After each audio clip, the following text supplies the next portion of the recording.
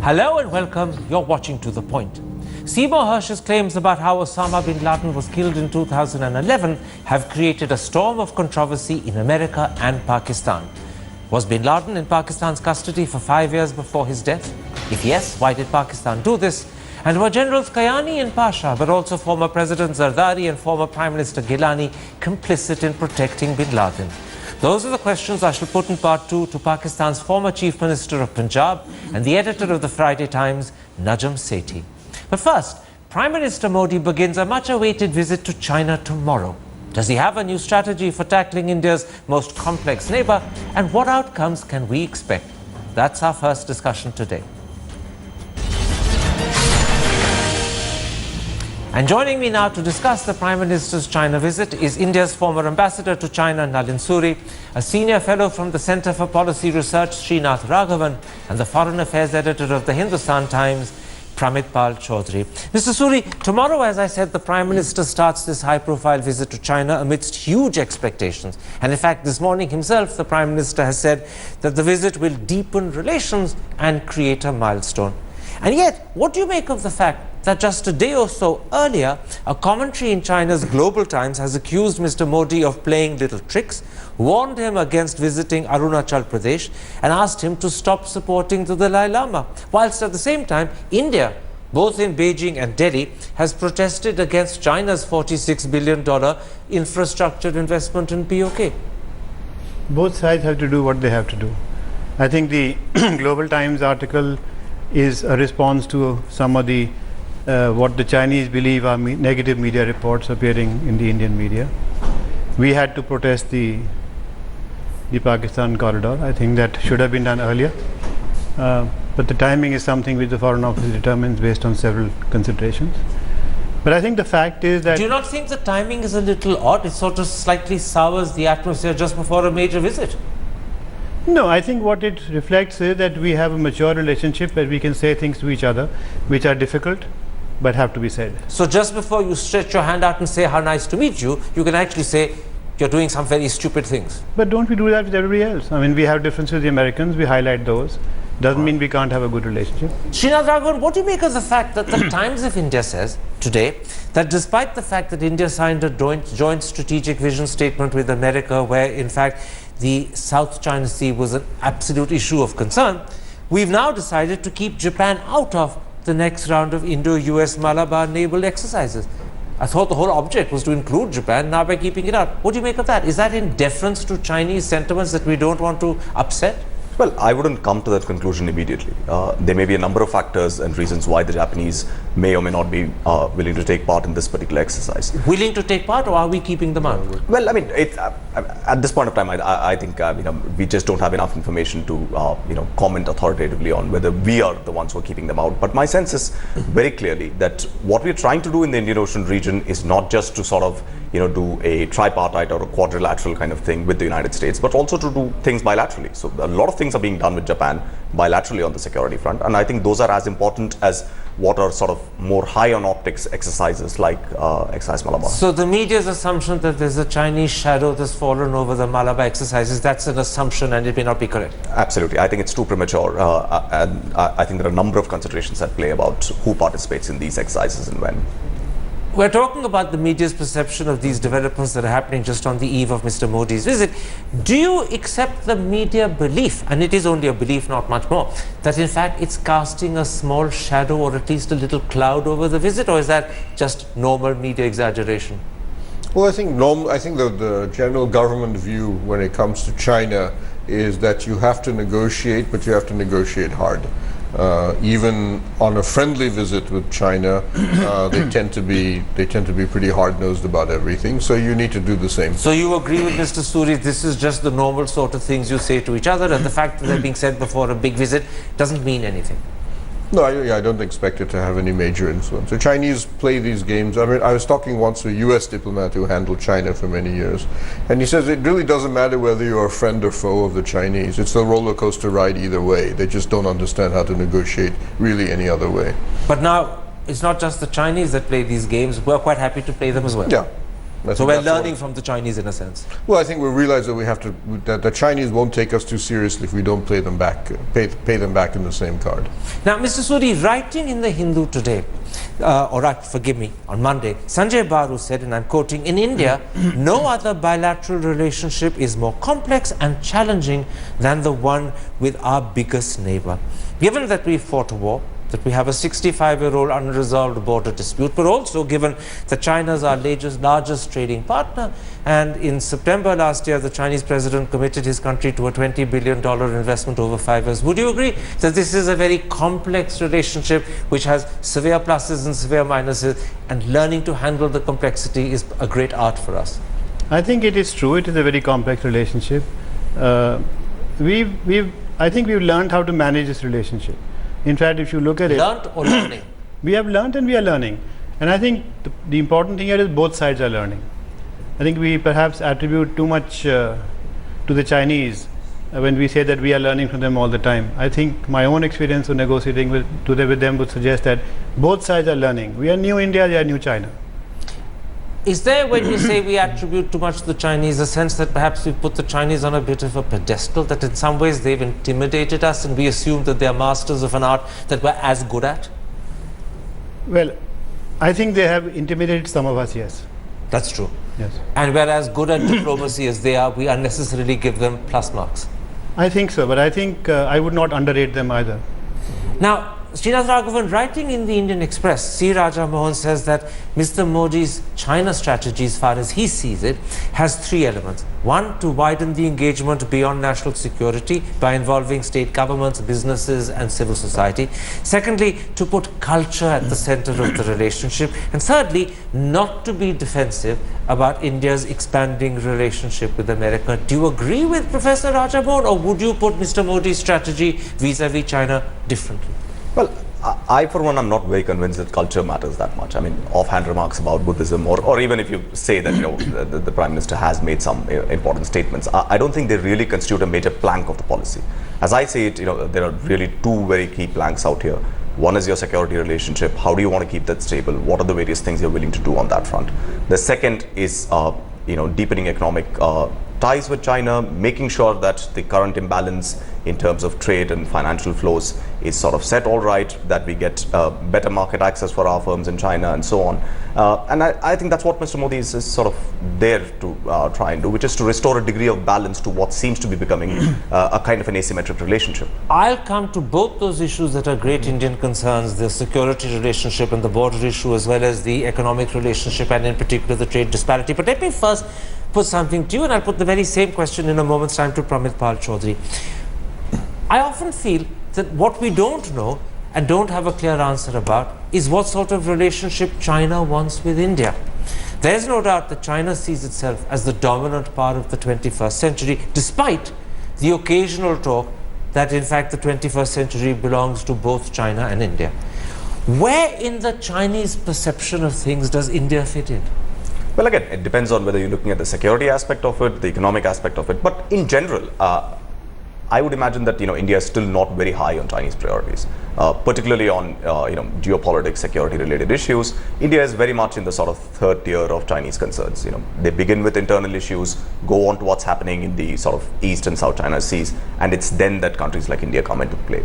Even in terms of big power relationship, the United States still dominates China's foreign policy in a way that considerably overshadows anything that the Chinese want to do with India. So I think we've used certain kinds of expressions to talk about how the Chinese think about India. Things like, is India a swing state? Is India a state whose tilt in one direction or another can sort of, tilt the scales for or against China? I think those are things that the Chinese are still trying to figure out. And I'd fully agree with Ambassador Suri that, this is as much a learning process for the Chinese as it is for us.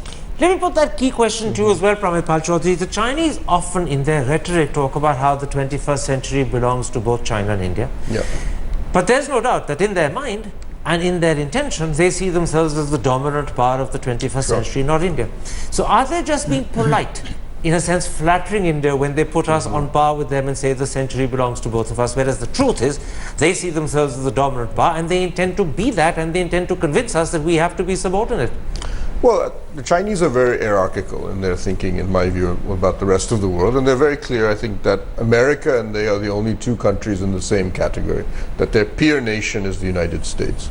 I would argue that they have taken India a little more seriously, particularly at a period at roughly when 2000, up to 2008, in which our economic growth rate at one point actually matched theirs, despite being a democracy, which they tend to see as a negative. So I would actually put us in a tier 2. I think they see us as a key peripheral or key neighborhood country that they can work with. So like countries like Vietnam and us are countries that they do, for example, attempt to negotiate territorial disputes with. Countries like Japan and Philippines they treat as being outside the pale. These are countries that are we cannot and will not deal with, but they definitely don't see us on parity. Their GDP is 5 times our size. They're still growing faster than we are not equals for them. I mean, Pakistan is the same size in GDP ratio to us as we are to China, and we don't obviously see Pakistan at the same level as That's us. a very telling example. Mr. Suri, in that context of this discussion, let's come to the two big issues which from India's point of view are A, the border dispute, and secondly the trade disparity. And let's first talk about the border dispute. Is there any likelihood of any meaningful forward movement during this visit, or is the most that we can expect more confidence building measures? Look, I'll be very frank with you. There's been a lot of commentary on this issue. My position on this has been clear for a long time, and I think I said it on your last program also. I think the border dispute will have to be settled on the basis of the principles and parameters that have been agreed to in April 2005. The Chinese aren't backing out of that? Chinese have never backed out of that. What the Chinese do is, when they find the opportunity, they try to go around it. Now, there was a reason for that. I think they felt that, with the Congress government, they could go around it. I think they will probably feel now that they have to go back to the parameters. And I think the question now is whether the Indian delegation at these talks states very firmly to the Chinese and has said to them very firmly in the SR talks that we have guiding parameters and principles and we must proceed on this basis and no other basis. And no other What's your formula. feeling? Will Mr. Modi take the sort of firm line you're saying he should? I think he will. My gut reaction is he will. I have no basis to say this, but my gut reaction is he will. In January, when I think you were last with me, Sushma Swaraj, who had just been in China, was talking about the possibility of out-of-the-box solutions. Was she just, what's the polite way of putting it, exaggerating? I won't say talking out of her hat. But you remember last time we agreed she hadn't said that, not about the border. Except that now other people say she did. Well, she didn't. I think your own correspondent said she didn't. Because, this is not something on which you can have an out-of-box settlement. If you could have settled this a long time ago. So we mustn't expect anything big to happen. No, I don't think anything big could happen. Had it to happen, we would have known after the last SR talks. The second big issue, Srinath Raghavan, is of course the huge trade deficit, which I believe has now reached something like 37.8 billion US dollars. Now, the Global Times commentary that I referred to a moment ago said, and I'm quoting, New Delhi is reluctant to admit the widening trade gap is its own fault. India, on the other hand, says that it's Chinese restrictions on things like India's IT exports and pharmaceuticals that perhaps in particular put us at a disadvantage in an area where we have natural advantages. And some people even say that iron ore exports to China have come down fairly precipitously. Do you see any significant movement to bridge this deficit at this visit, or is that unlikely? Well, I think that is what the Prime Minister will definitely try to do. So there are two ways of looking at how do you want to bridge a trade deficit, right? So one is to push for greater Indian exports to China. So you look for market access for sectors like pharma, IT, where we have comparative strengths and where the Chinese have been very resistant. Yeah. So some major Indian pharma companies which tried to set up shop in China had to fold up their presence there simply because they could not break into that market. So in the first instance, I think Prime Minister will definitely try and impress upon the Chinese the importance of getting market access for these sectors, for certain well-defined sectors.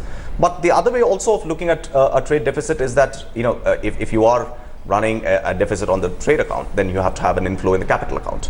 And that means that there has to be greater Chinese investment into India, which is of course the other strategy which Mr. Modi has been sort of pursuing very consistently for a while. Can I ask you a question each about both of those? First of all, what is it that stops India's pharmaceutical companies or our IT companies getting that greater access? Is it Chinese laws or is it some sort of Chinese prejudice? No, I think it's what you call as non-tariff barriers, right? Which is that there are a number of sort of regulations that Indian companies are expected to meet in order to be able to set up shop and do things. So, as I said, I mean, there are alternative ways of thinking about it. But non-tariff barriers are often the most difficult ones to eliminate. Exactly, because anyway under WTO, you're not supposed to have tariff barriers. What about the other side of the equation? It's several months since, 9 months I believe, since the Chinese president came to India and talked about 20 billion in 5 years. Nothing seems to have come at the moment from China, has it? Well, I mean, there are two sort of special economic zones that are being discussed, one in Gujarat and another in Maharashtra. There was a news report which said that, for both of those, there are some issues relating to land acquisition. 25% of land has been acquired in one case, 28 in another, which suggests that, there are problems on our side as well in terms of moving quickly. And let's face it, I mean, the Chinese will not come into India unless they believe that, domestic economic reforms here are moving quite the way that Mr. Modi has been saying he wants to take them. And just to give you an example, I mean, the Chinese have not had a very happy experience of investing in India, say in the power sector. China Light and Power put up this huge, largest foreign direct investment in the power sector in Jhajjar in Haryana. And that plant languished for basically 3 years without a coal link. How do you expect the Chinese to sort of think So that we have to convince them not only of our seriousness, but also of the fact that we've overcome the problems they've experienced in the past. Exactly. Now, according to at least the Times of India today, there is enormous expectation that a big railway agreement could be signed while Mr. Modi is there. Will China undertake development in terms of high-speed or bullet train projects in India? Are they I know they want to do it, but do they feel comfortable enough to do it? I think they'll be comfortable enough to do it. I think their problem will be, is the environment in India capable of absorbing something? It's not just a question of China. Even Japan wants to do this as well. Even the French and the Germans have considered it. But they look at the Indian railways and they say this is impossible. So the question is, can you produce... Because of the nature of railways? Because of the fact that, it's a very deeply entrenched state-owned enterprise that does not allow Indian private sector to do anything, let alone a foreigner. So the question is that, which the new Minister of Railways, Suresh Prabhu, has proposed, is to have something like the Delhi Metro Corporation set up and a special corporation within the railway system to produce this. If we can produce something on that line, the Chinese will be more than happy to build it, and they probably be prepared to build it at a loss in the initial phase. In other words, to use that dreadful metaphor, the ball is in our court. We have to take the steps that will encourage them to come. Yes. They are willing to come, they are wanting to come. Yeah. The problem is we haven't facilitated their coming. Because both China and Japan have essentially excess capacity in railway manufacturing and high-speed trains. And they need, especially as their own railway systems now effectively become saturated, they need to start exporting. They have the technology. So this is an opportunity that we can only lose if we don't act fast enough. There are other places, but it'll be difficult for us to build high-speed trains What's in your India. sense? Mr. Modi has certainly built up expectations when he says that this will deepen the relationship. He talked about how the relationship could be an object example to the world, in fact. Is he building up expectations too high? Or do you believe that there is some sort of rabbit in the hat that will be pulled out when he reaches Beijing? I don't know if he has a rabbit in the hat, but I think he's certainly doing a lot of signaling. And the signaling could be something significant. I think we have to wait and see what appears in the Do you have any hunch what that significant thing could be? I think basically, and I've maintained this for a while, I think his visit I see as a follow-up on Xi Jinping's visit. Both are testing each other. Both are strong leaders. Both are wanting to see how far they can push the envelope.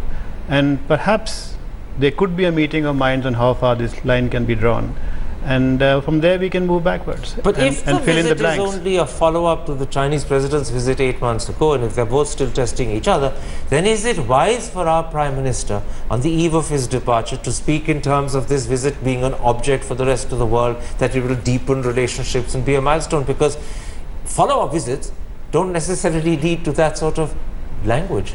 Well, it's not just a follow-up, right? I mean, in the first instance, this is the 6th time that Mr. Modi is going to be meeting President Xi Jinping. They've met on multilateral sort of fora as well. So in a year's time, they've met approximately 6 times, so which is quite a lot of engagement. The second thing is that, the mere fact of an Indian prime ministerial visit to China is actually quite significant.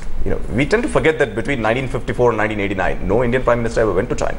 So these things are not something which happen. So the mere fact that he's going to China and the nature of the relationship makes the visit significant. And the fact that he's putting so much emphasis on it, I think is very important. Very quickly, literally we have to answer in just 10 seconds. Do you think there'll be a sense of disappointment when the visit is over, given the expectations now? Not really. I think we have potential for a deal. For example, they want to invest in us.